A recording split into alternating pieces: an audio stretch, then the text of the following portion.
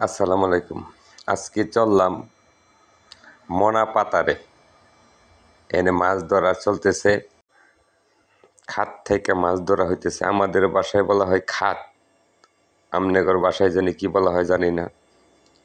তো পথে এই বড়িটি পাইলাম, সুন্দর। গিয়া দিহি এই লোক যে ঘুম দিছে এগুলো সারা রাত্র মাছ মারছে। উনি আমাদের প্রিয় মতিন ভাই, উনিও খাত কিনছে। কিন্তু দুঃখের বিষয়, মাছ নাই।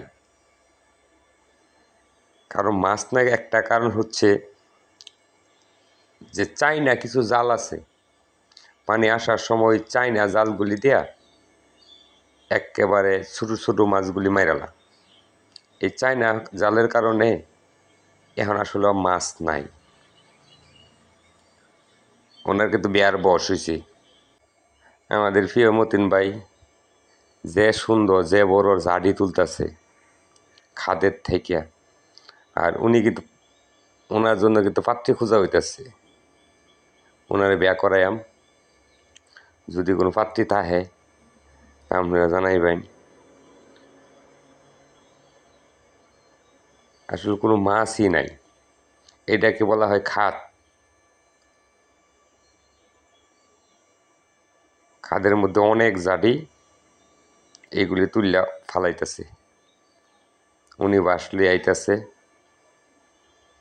দেখেন অবস্থা। খাত হিসা খুব কঠিন ব্যাপার। যে জারিগুলি থাকে এইগুলি তুলতে অনেক সময় লাগে। দেখেন এক গজারি ফিলারের মতো মোটা বাঁশ গাড়ি থুয়ে দিছি, অবস্থা দেখেন। তো দেখা যাক কি মাছ পাওয়া যায়। মাছ আসলে লাগবো, রোজা রমজানের দিন। চেষ্টা করতেছি, দেখি রিজিক থাকলে আল্লাহ যদি রিজিক রাখে তো মাছ পাবো। দেখেন কত বড় বড় জারি।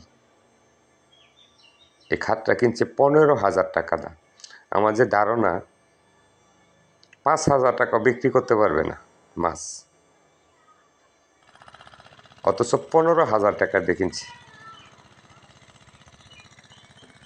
আমার দেহা দৃষ্টিতে আমি এখন পর্যন্ত কোনো মাছ দেখছি না। পানি কিন্তু প্রায় শুকানি শেষ। কিরা দাদা কম্বোটার একটা খাত দিচ্ছে, যদি ওখান থেকে কিছু মাছ নিতে পারি দেখি। ওরে মতিন ওইখানে যাইতেছি, দেখা ভাই, যাক। ভাই রে ভাই,